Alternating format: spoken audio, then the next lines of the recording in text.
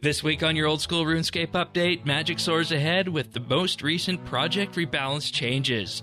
We dive deep into elemental weakness and what it means for our favorite mobs. Is it too complicated? Is it too much power creep? We find out.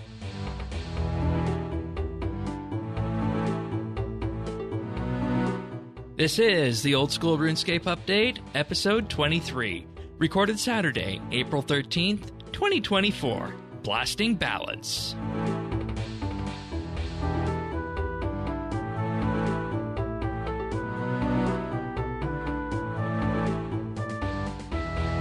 Hello everybody, and welcome to another episode of the Old School RuneScape update. Sirion and myself are here, as we are each and every week. Good to be back with you this week. Every week indeed. We make it happen no matter what. Yeah, you'll go into that maybe a little bit later in terms of why you're saying that, or maybe some of the things that have happened, of course. But of course, welcome back to all the listeners, including those who greeted us last week with the tremendous response and wonderful response to last week's episode. Big, huge thanks for that, and we're gonna try and deliver something as equally spicy, or maybe he's equally stimulating this week with the Project Rebalance changes. That seems to be a saga focusing on defense that's continuing, isn't it? Yeah, I say we. I should not take too much credit. You ran most of the numbers here, and oh boy, it's interesting what's come out of it. Yeah, and that's precisely what we're going to go into, in addition to a little bit of a discussion on the Undead pirates in the wilderness, and maybe my new favorite agility course as well, and of course what we've been up to in Old School RuneScape. But if you want to follow along, you can find the full show notes over at update.show/OS. We're on YouTube at youtube.com/@OSRSupdate. And we also have a friends chatting game, which is BitsBytes, and the community Discord too, update.show/Discord. Yeah, always fun and interesting discussions to be had there. Yeah, it was a pretty interesting response to look at, in particular from Jagix's end. I don't think they were expecting this, and folks might not be aware, but one thing that we've always done a lot of in the past, specifically on the RS3 show, is analyzing where the community management folks and dev folks are maybe at based on the live streams that they put out. And it was certainly a very interesting experience from my end, watching the live stream between Mod Kieran and Mod Aiza. I believe that's how you say the community manager's name on this one, just in terms of some of the body language back and forth that was going between them in relation to the responses that they were putting forward with Project Rebalance. And what that told me is that they weren't expecting some of the reaction that the community delivered for the first batch of the defense changes, hence why we're here now. Were you shocked about any of that, or? Yeah, I mean, it's interesting. Like if you listen back to our show, I think it was last week that we talked about this. I think we gave it not that much attention. We were mostly like, the idea looks good, the underlying motivation looks good. Let's go, right? Like widening the reward space, making it a little bit easier to understand. Send it was basically my response. Well, to be fair, you did mention the magic complexity side, which I think is leading to the discussion we had, or they had this week. Yeah, I think that continues being a point of concern to me, but I find it a little bit weird how much they're sort of backtracking here. Like one of the things is they're adding air weakness, which I thought that point last week was it made a lot of sense of why that would be sort of your generic what you use when there's no weakness, or you don't feeling like you don't really need to capitalize that much on the weaknesses. Yeah, exactly, right? Like, to me, it's interesting. I mean, I understand that point as well, that, how expensive are fire runes really? Sure, I get that. I don't know. I liked it thematically. And now like they're talking about like ghosts and like other undead. I'm like, The isn't that what aviancies in Slade? particular. Yeah, like, isn't that what Crumble Undead and to a lesser extent Slayer Dart are for? Like, I feel that space is covered, and now we're adding something completely. We're adding air weakness. I don't. It didn't feel like it needed it. Right. Right. And I see this as there being two potential reasons for this. The first one, in that this is a way to say, okay, community, we're hearing what you're saying on this. We're gonna do this to fit more in the lines of your own, in your own viewpoint of how this should be.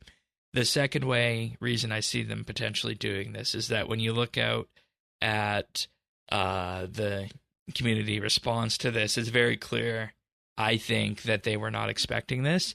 So I see that as potentially just, let's move quickly on this and try and get to a point where we're able to continue pushing this forward and bring the community along with us, because that is what old school is about. You get to the very core of the matter, and everything that is successful in old school, everything that is well and good with old school, has community buy-in.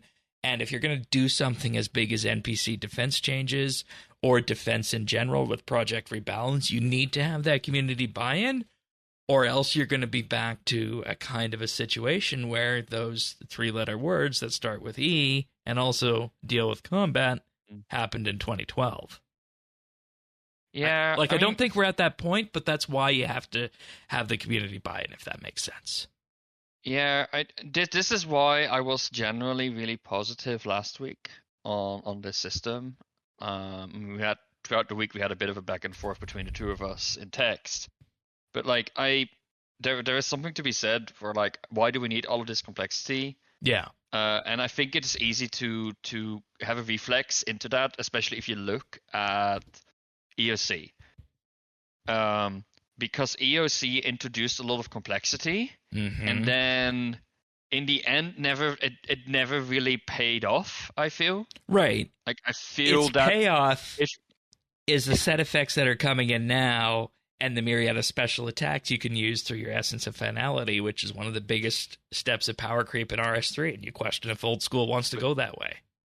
Well, yeah, but like the interesting thing is that only came back in later because they needed to add in more, uniqueness to gear and more variety to gear, because everything was so bloody linear, right? Mm-hmm. And the positivity I had about this particular update is that, you're creating more horizontal reward space with this. Exactly. They got the goal right to begin with, which is not to fix whatever is there and to try and bring the combat system into a system that is worthy of 2024. And like, no, we're really just trying to make horizontal reward space, and I applaud that. And I still think, despite some of my misgivings about the other stuff in here, that is a worthwhile goal, and I would not want any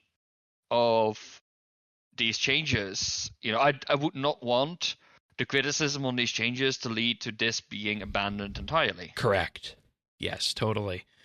And my take over the entire week is that when this whole thing started out, is that I felt there was a little bit too much complexity behind the entire thing when it came to the weaknesses.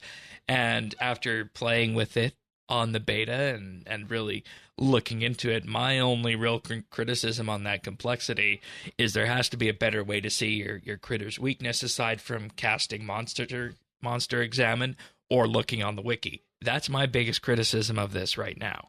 I mean, that's not exclusively a problem to elemental weaknesses. No, it's not. It's also a problem to like how the heck, without using monster examine or looking at the wiki, am I supposed to know I should bring all 3 melee styles to the Moons of Peril? Yeah. Like, there's no indication of that anywhere, which is mind-boggling to me. Right, and if you were to look at the HP bars of various NPCs and monsters in game and just add, an icon for the weakness or some text for the weakness even. I think that solves that issue. Or just give us a Moonlight plugin. I don't care if it's official. Yeah, well, I mean, you got to make it work on mobile, and you got to make it work for everybody in that regard. They also this week aside from adding the air weakness, corrected some consistency issues between dragons, improved severity of weaknesses where players would lose damage versus what they'd already been doing. They improved the severity of weaknesses in cases where some NPCs should be weaker to a certain element. So that's exactly what you're thinking. Specific NPCs that, I should be weak to water. They made them weak to water there. But I mean, were there any NPCs that were suddenly harder to kill? Because that's not been our observation, right? No, it hasn't. Unless I am completely wrong. No. And this is where we get to I think the most interesting part of that is that any NPC, the vast majority of them that are on this list of having defense changes at all, that also have a magic elemental weakness, you're going to want to use magic to them most of the time. That's my sense. Yeah, we did the maths. Maybe you can speak a little bit more because I know you actually did some experimentation here, right? But, yeah. So they updated the DPS calculator, which is, I figure, a pretty good indicator of DPS. Yeah. It's maybe going to be 10 or 20% off, but it's not going to be wildly off. It's directionally accurate from what I can tell in terms of my experimentation. So one of the things I looked at is I plugged in my stats, I plugged in my current magic gear, I plugged in Iron Dragons as the thing I was killing with Earth Blast, which is 52 magic, so I'm easy over the max hit for that. Max hit cap for that. In case of the current stats in game, it would cost me on average, and this is not even funny anymore, 2 minutes to kill one. I'm not looking forward to the fact whenever I get an Iron Dragon task, I guess. No. But 2 minutes to kill one. With these defense changes, it gets halved, and it takes me less than a minute. And to me, sure, we could argue maybe our Iron Dragons are too grindy, right? But the fact that a 50% weakness apparently gives me double the kill time. I mean, we need to account for the fact that the max hit of Earth Blast will have gone up because it now scales up to Fire Blast in that tier. Yeah. So that will account for some of the damage increase. But the fact that it basically, I should probably have compared it to Fire Blast. That would have been a fairer comparison. But it's the fact that the weakness, and if you understand how the elemental weakness works, it's kind of what you expect. A 50% weakness basically means double the DPS. Yeah. Not quite, but it's a pretty good rule of thumb. There are monsters with 100% weakness. Mm-hmm. That's what, 4 times the DPS all of a sudden? And there's a good spreadsheet of all this that they linked in their blog post, I will say. If you have any interest in this, do have a look at that. Do we really need fire giants to be killable 4 times as fast? Sure, we have a problem with NPC defense, but it's not a problem. I feel we're bringing a sledgehammer to a problem that needs. I actually have a different take on that. And for that, I kind of want to go into a bit of a background discussion of how this works and how accuracy works. So, for every point of elemental weakness that the NPC has in the beta, if this beta goes to live, they say your spells of that element will gain an additional 1% accuracy and 1% damage. So, as you said, casting Fire Surge on a NPC that says weakness fire 50% will give a 50% accuracy and damage buff.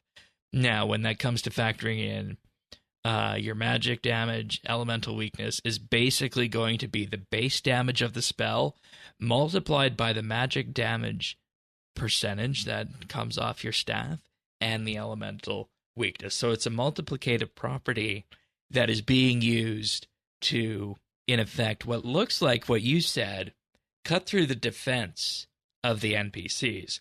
But what I see this as tackling instead is it's tackling the player accuracy issues, because player accuracy has always been the limiting factor in terms of how much damage you can do if something is accuracy immune or has an accuracy effect on it. So that's something that has always tripped lots of people up when it comes to combat. And that's why, you know, when we went to leagues, we're like, oh my God, this ranged relic effectively is going to double the ranged bonus on my rune crossbow, taking it up to something that's truly obscene. And that's why we were able to get through so much content with just a rune crossbow. It wasn't because of NPC defense values. It's because our accuracy was jacked up so high. So I see what they're doing as a way of working around player accuracy by pushing on the NPC defense lever. I don't know if accuracy is really that big of a problem. It feels like a lot of like, okay, you miss every now and then, but that, like, have you played any tabletop role-playing game, right? You first roll to hit and then you roll your damage. It's totally expected to me that you sometimes miss. Right, and that's a different perspective for me. We will see next week changes to min hit so that the times you hit actually feel a little bit better, right? But even then, right? Even taking your entire point for granted that this should fix accuracy, right?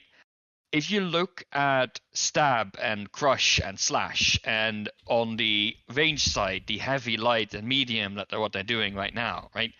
That only affects the accuracy roll. It doesn't affect damage. Bingo. You, like, using a stab weapon against a creature that is vulnerable stab will only make it more likely that you hit. It will not make you hit more.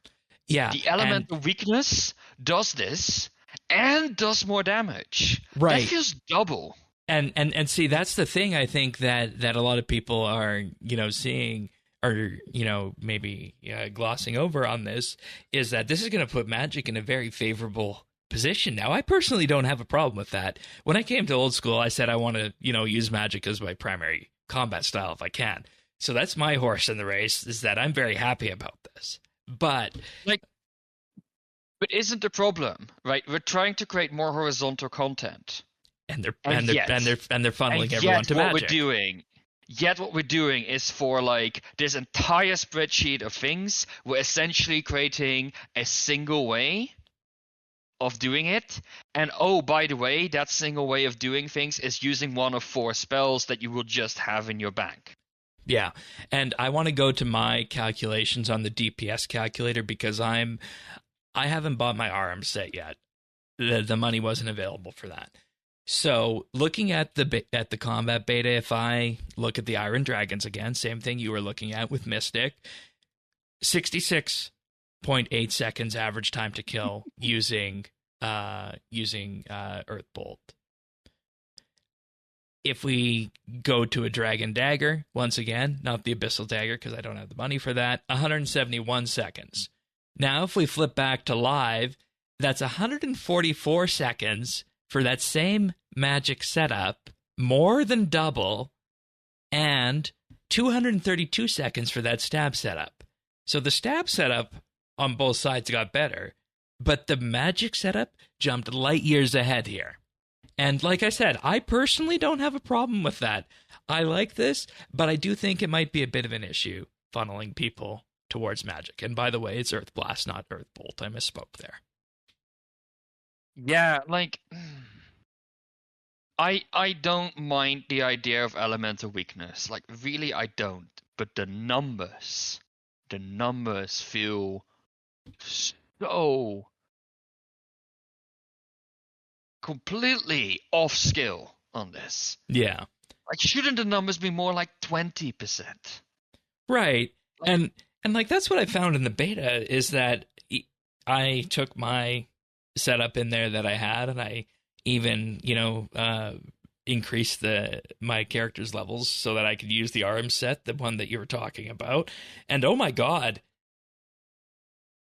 that's another huge step up, and it takes another bigger step up if you're willing to use blood runes and the wave spells. yeah. And speaking of blood, right? This doesn't affect ancient magics. And you could say, No. yeah, but ancient magics are already better than elemental spells, and granted, they are slightly. And they have their own special thing, right?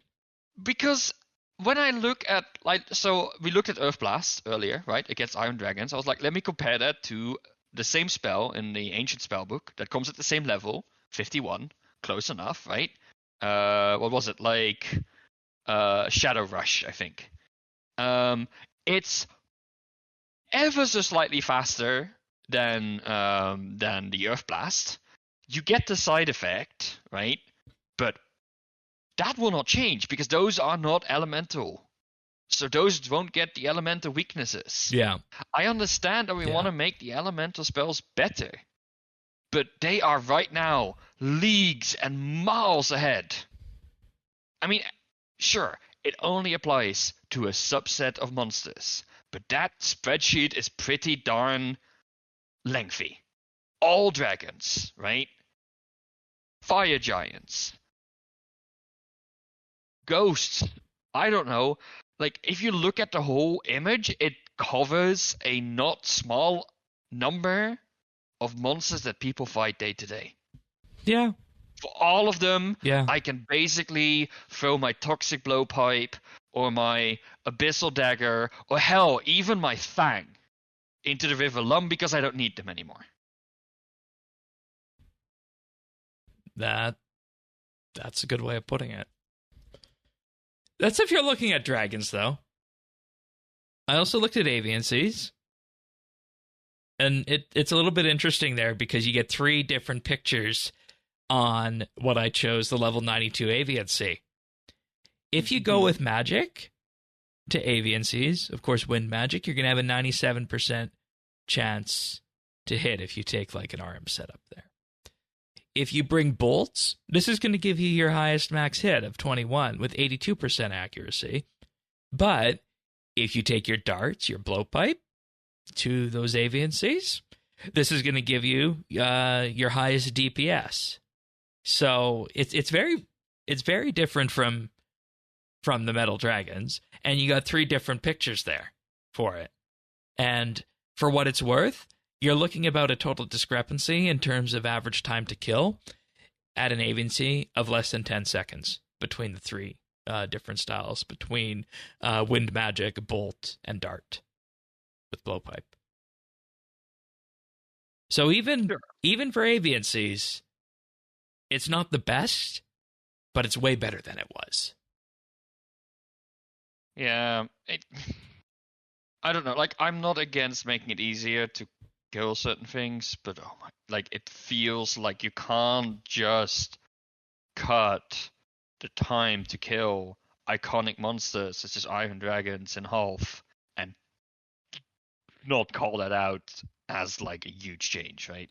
Oh, you know what I find interesting about that, and this will go into what I've been doing later in the show. I got a Iron Dragon Slayer task earlier in the week, and I was like, oh my god, this is going to be a huge slog because of my current stats. And I think if you look at the other Project Rebalance stuff on the skilling side that we talked about with Slayer, and you see what they were doing in terms of Slayer task numbers on that specifically with the metallic dragons, and probably what came in from the survey on that, maybe there was just a push in that survey or some push somewhere But saying, then- hey, make dragons easier to kill. It's 2024. Yeah, but then Because they're the ones who are impacted the most on this sheet, right? yeah, but at the same time, if you know, if Iron dragons need to become easier to kill, it should not exclusively rely on magic making it easier to kill. Yeah. Right? Because I think it is fine if you don't get the best kill times if you don't use the optimal combat method against a certain monster. Right. I think it's fine if there's a difference. But I can still go in and kill all the Moons of Peril with my whip because it's still better than, my shitty two-handed, which doesn't allow me to do my Dragon Defender Guffix spear, right? Like, sure. Magic, doesn't have that problem anymore because it is so leagues and miles ahead, right? If you choose to go in there with a stab weapon, you're stabbing yourself, right? Yeah, In the foot.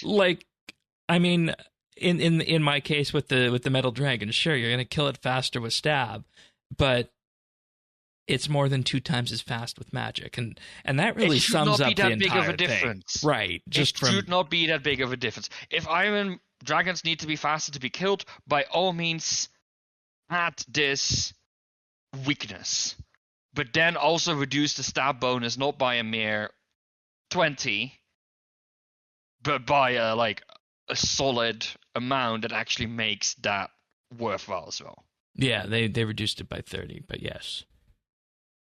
But same general kind of thing on that. And in general, I think the conclusion here is that this is boosting magic a ton, maybe more than it needs to be boosted. And do you still feel that this is an overly complex solution? I don't think the elemental weakness itself is overly complex.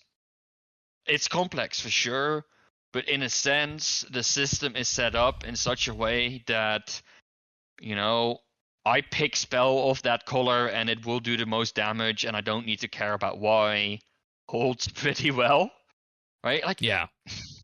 That's the same, right? Oh, this monster is weak to stab. I don't know by how much or how much it's going to help me, but if I use stab, the game won't lie to me, right? The game will make sure that my assumption holds without knowing the underlying mechanics. You're doing good work, and you just, go the way the game tells you to go is basically what you're saying. I think the max hit solution with the different tiers of magic is dumb and overly complicated. They should just group all of the elements of the same tier together and lock them at the same level and have max hit increases as separate entries in the skill guide. Done. That simplifies things a lot. It's just so weird that it's Water Strike has a max hit of, I don't know, what is it, 5? Unless you have unlocked Fire Strike, in which case it's 9. That to me sounds so weird. Why would that impact each other? That upsets me. But not as much as the fact that this seems to blow magic way out of proportion, because it's not like magic needed the buff to begin with. Maybe elemental magic in the standard spellbook needed a little bit of a buff. Yes, because you don't have Ice Barrage there. Yeah. But to be honest, the same can be said for half the spells in the Ancient Book, because you really only use Ice or Blood, I feel. Yeah, that's fair. That's fair. I feel like that's a generally consistent thing. So the only way to fix this in the future is to either make everything more powerful, and then we look at power creep, or we tune this back down, which is never going to happen. And if it's far easier to not introduce something that's too overtuned than to tune things down when it makes people feel good. I don't know if this gets pulled, but in the current forum, I would vote a hard no on this. Yeah, I can see that. And, I mean, you're looking at that from a game designer hat, but, oh my god. I love being able to hit more. And I think that's the way the majority of the people are going to look at it. For better or for worse. I think that's what it comes down to. And that gets back to the discussion between Kieran and Aiza that they were having in terms of the players' expectations on this and just watching their body language. It was about making the players feel better. I don't know if you're right. I feel that there's enough conservative forces in the old school community that thinks that everything that hits harder than what's currently in the game is power creep and evil. I'm surprised there's not more protest against these changes. That's certainly a thing. That's certainly a thing. And for folks wondering what that pause was about, there's this look we would normally give each other, and I was doing that despite the fact we had no video on. But I just figured I'd say what was happening there. But in any case, if you think you like the way this sounds, if you think you don't like the way this sounds, head on over to the beta. Go kill some of your favorite NPCs and see what you think on that, and then report back to either us or Jagex on this, because it's an interesting experience, I will say for sure. I was expecting to have a harder time of getting things hooked up to go in the beta, but it was actually relatively straightforward. So, should we talk about some wilderness things? I feel like we've taken the mystical sticks a little bit too far this week. Sure. Can I interest you in some undead pirates? No. Fighting each other there. No.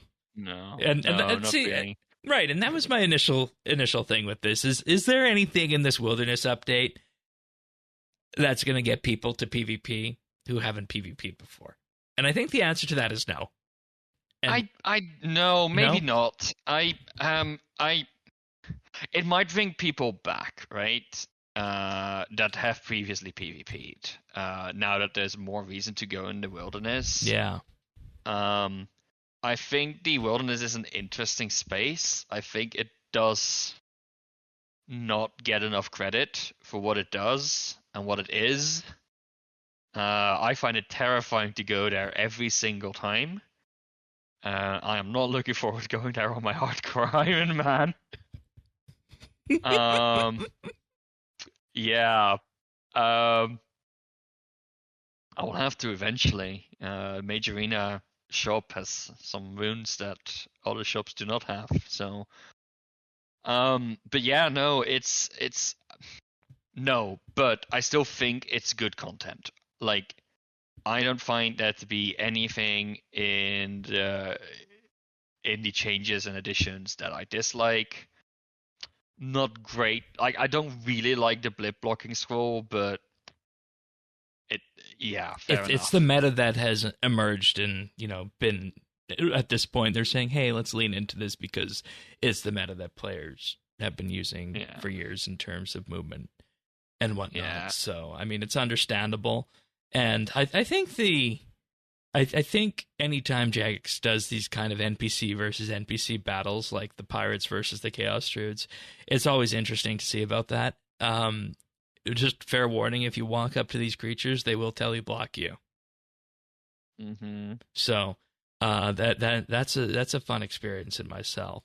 I was observing from the edges, and I just made sure not to go too far deep in because I didn't have much on it, but I didn't want to necessarily draw aggro. But it was certainly something interesting to see enough of, and I agree with you that there's nothing in these wilderness changes that I absolutely dislike or feel that shouldn't be in the game. I will say that I'm happy the agility course changes came in, because the thing that I see with this is that this now adds another option for me when I go train agility after I get my graceful outfit. Because people don't know this, but I like gambling. And I see this as a way of gambling that's strictly controlled and enforced by Jagex. You give your 150,000 GP deposit, and you just keep doing agility laps until you either die or decide to cash out.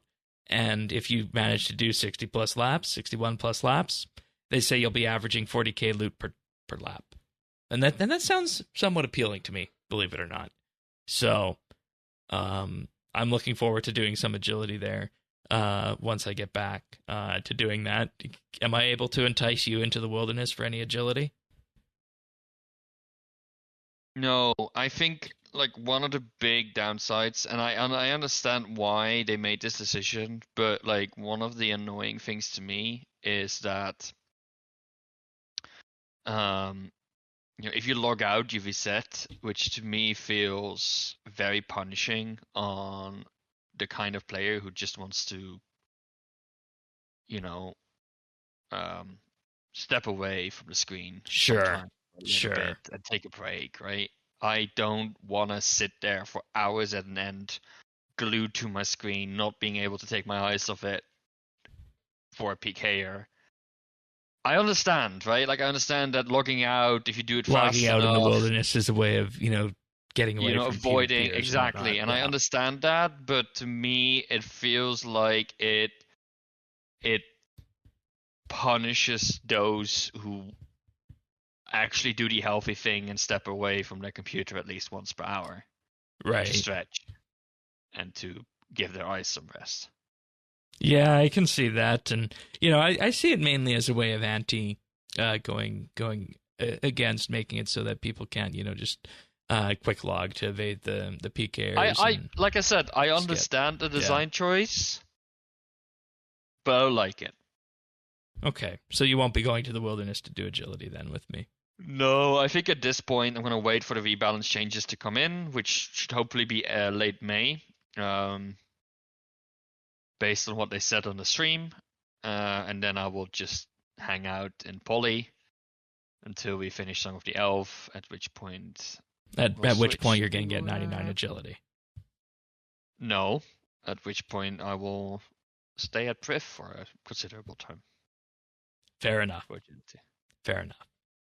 Also, this week, Jagex has asked for player suggestions in terms of rewards for Varla-MORE Parts 2 and 3, and specifically a question if people want more quests like the Riveting Tail one and just quests in general.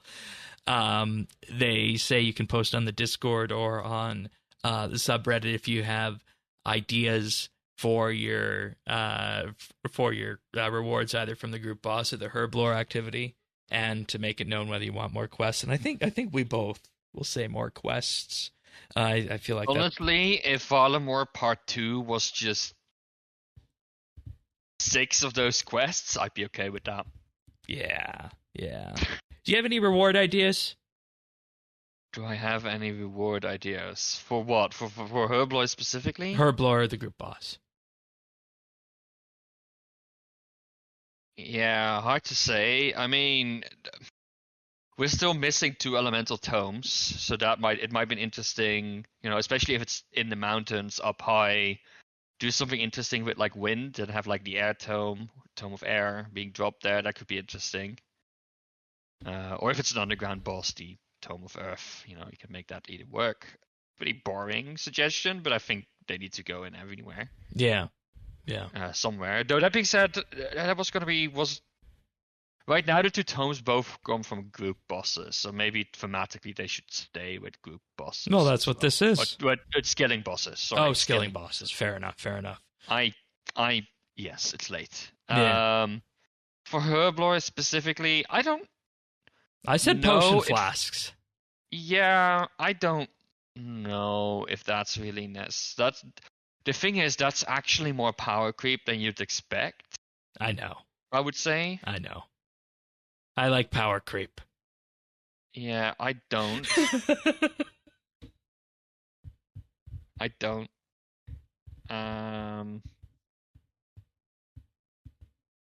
Yeah, I don't know. I mean, there's always room for more potions, I feel.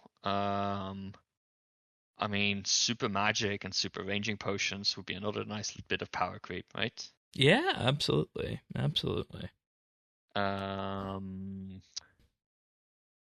Yeah. It's really hard to say, really, what I would want. Don't think, like, I've always thought Herblore is a pretty solid skill all the way through. Oh yeah, and it's got its uses, and it everything lines up, and it's good in that regard. So Yeah, yeah, exactly. You know, I think like one of the things that might be interesting is something like a flask, or even a bigger flask, but you can't use it for combat potions. So for ooh, that example, you would be could just have interesting. like a stamina potion dispenser or something like that, right? Like people might find that interesting. Yeah, Um, I think I know why we want that, but that's a good option. I think that's a good yeah, option. it's Make it no, I something don't a little know. bit I mean, not too even if it's powerful. just, even as like, because honestly, yeah, I mean, Torso is pretty high level, but not super high level. So maybe even just like a whole new herb could be interesting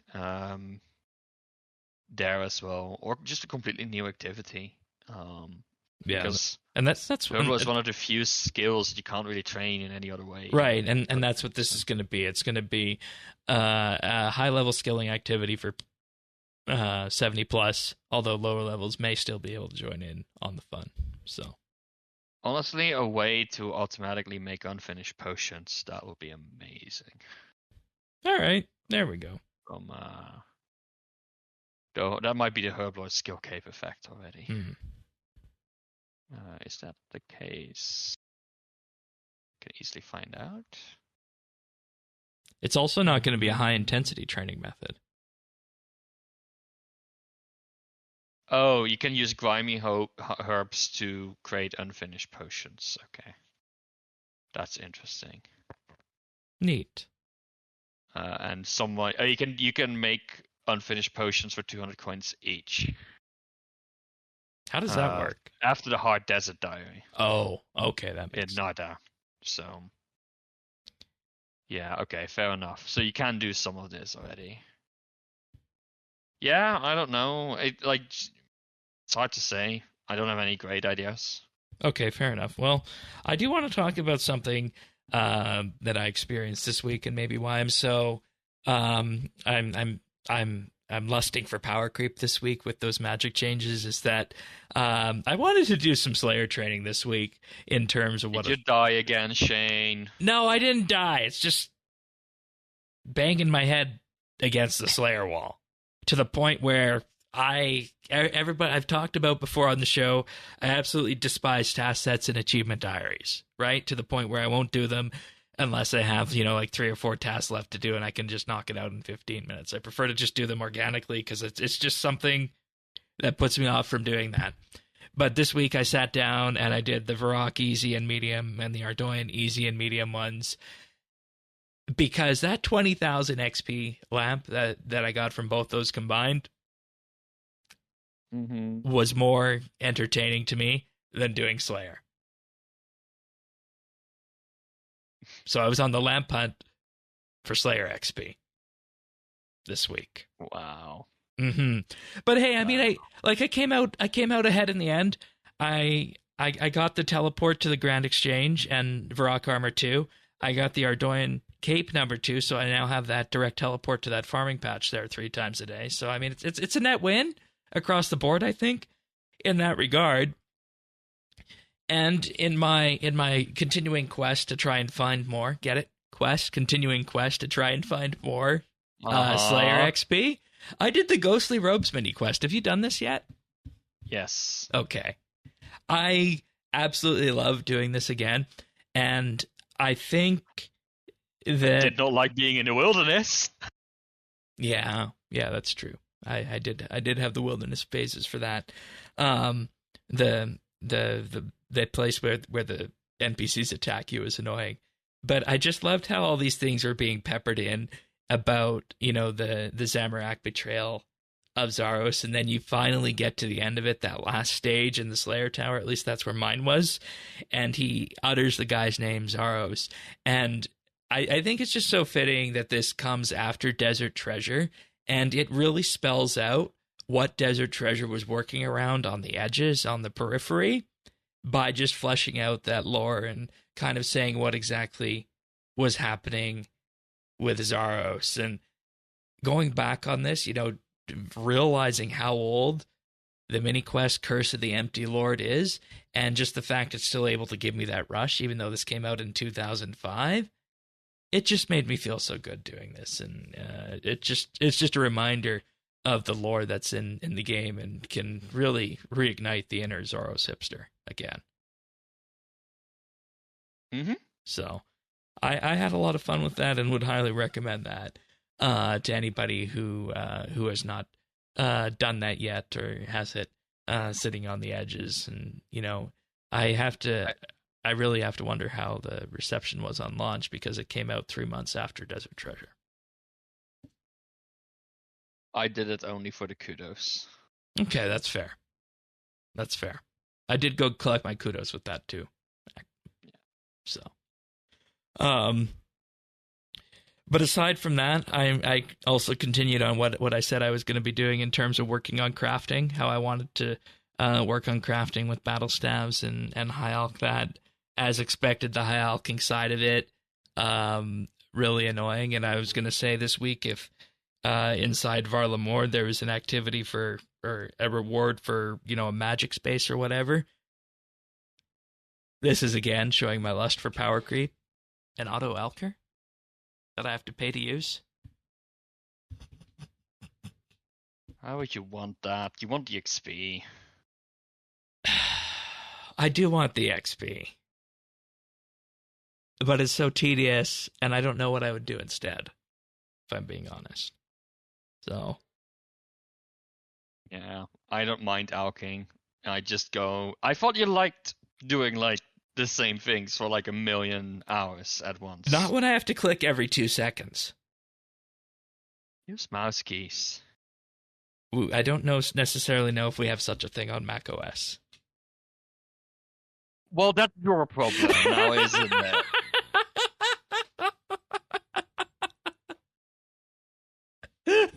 That's a personal choice you made. What about you? What have you been doing this week? Really not much. Speaking of mini quests, I did finish the Night Waves after getting my Guffins. Easy? Easy enough. Okay. They hit like a truck, especially the later ones, but so you have to use some food and some prayer potions? Restore potions, because they drain your stats, but other than that, it was, yeah. I used half my inventory worth of supplies, so overall it was pretty straightforward to do. So now I have access to piety, which is great, of course. Makes a huge difference. Oh my god, yeah, that's a huge step. It's a huge step forward. I saw that Augury and Vigor were within the realm of affordability, so I probably want to get 80 prayer and unlock those. I would have thought they would have been more expensive. Yeah, same, honestly, but they're not that bad. And honestly, 80 prayer, I mean, that's the most expensive part of this. Fair. The reason I want to go to 80 instead of 77 is it bumps me up another prayer restore bracket, and, that, given the price of prayer potions in the game right now, it adds up, right? Like every dose of prayer I don't need to use, it adds up. So 80 prayer is on my list of goals. But no, I did not have time this week. I did go back to the Moons of Peril, got 8 or 9 or 10 kills, and still no drop. And then they told us this week that actually the drop rate of 1 in 14 was wrong, and it's actually 18 and 56. I'm like, okay, great. It's actually not as great as I wanted it to be. But, which, it did seem a little bit... 1 in 14 seemed a little bit generous. Honestly, I don't mind the Blood Moon as much anymore. It's still a little bit annoying when it heals much, but I can mostly out DPS it now, and I have better defense, so I don't hate it as much anymore. I still think the Mirage phase, or the Clone phase, however you want to call it, the Eclipse Shadow, is the best mechanic of all of them, and I never thought I would say it, but I kind of like the flinching you do during the Jaguar phase. It's kind of nice if you get that right.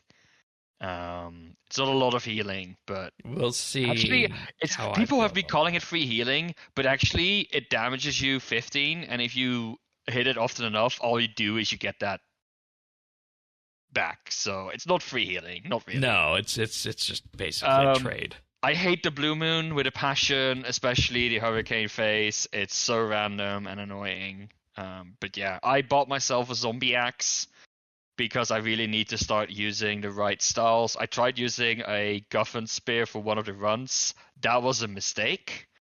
The Dragon Defender does too much for me, so I needed a one-handed weapon that can do crush. I don't know if it can do stab, actually. It can do all three. It can do all three. Okay, yeah, so the zombie axe is what I'm going to be using. Or sorry, I thought you were still talking about Guthon Spear. Guthon Spear can do all three. I don't know about your zombie that's why axe. I thought I was doing it, but the set effect doesn't trigger on the moon, so it's really useless. And the Dragon Defender is a massive damage boost. You just have slash and crush on your axe. Yeah, which means I need to bring like an abyssal dagger as well, but that's fine. I will get all of those free and then switch weapons. Oh yeah, the reason I got the zombie axe is because the abyssal bludgeon is two-handed, and I wanted to keep using my Dragon Defender. So yeah, defenders are wonderful. We should also do a quest update. We haven't done a quest update of where we've been recently. I think the last one we talked about was probably Legends Quest. Oh boy, yeah, that's been a while ago then. But we've also subsequently done a Desert Treasure, King's Ransom, Hand in the Sand. And I think there might be another one that I'm forgetting on the list too. I'd have to go back and just screenshot. I mean, we did the Varla-MORE quests, of course. Well, yeah, and I mean, we talked about those on the show, and yeah, Riveting Tale of a that's it. Lily Pad Labor Dispute. Yeah, no, I think that was it. That was it. I think that's it too. When you look at this and when you look at where we've been this week, I feel like in general we've illustrated probably where a portion of the player base is at when it comes to things like Project Rebalance and defense, and maybe even their own general journeys with the wilderness this week. So please do let us know if you agree with our reasoning on defense and the magic side of it in particular, because we see the game in a specific way. Sirion sees the game in an entirely different way. That's kind of the same way I does, but he has these glasses on where he sees an entirely different thing than most people out there, and it's a good thing. But sharing that is something we like doing on the podcast. Anything else before we go here? No. I hope in the upcoming week to do a little bit more PVM and get back into the game a little bit more. But for now, yeah, I'm gonna have to jump back. Oh, I didn't talk about that actually. We hinted at it at the previous show. I'm working on a game jam this weekend. 72 hours to make a game. And if you're an RS3 player, you will love to know that the theme is summoning. So yeah. Yeah, we're going a different direction than RS3 did. Don't worry. Which I think is good, because a clone of Herblore in terms of pouch making probably wasn't the most engaging thing that they could have done, but it's what they had at the time. No, we took more inspiration from necromancy than summoning. I will leave it at that. Perfect. Well, we'll be back next week for another episode of the Old School RuneScape Update. Thank you for joining us, everybody, and if you want to subscribe, that's the best way to get the podcast each and every week. Head on over to update.show/OS. Run all the podcast listeners out there, Apple, Spotify, Pocket Casts, and more. And of course, is on YouTube as well, youtube.com/@OSRS Update. And with that being said, we'll see you guys next week for another episode of the Old School RuneScape Update. Take care, everyone. See you then.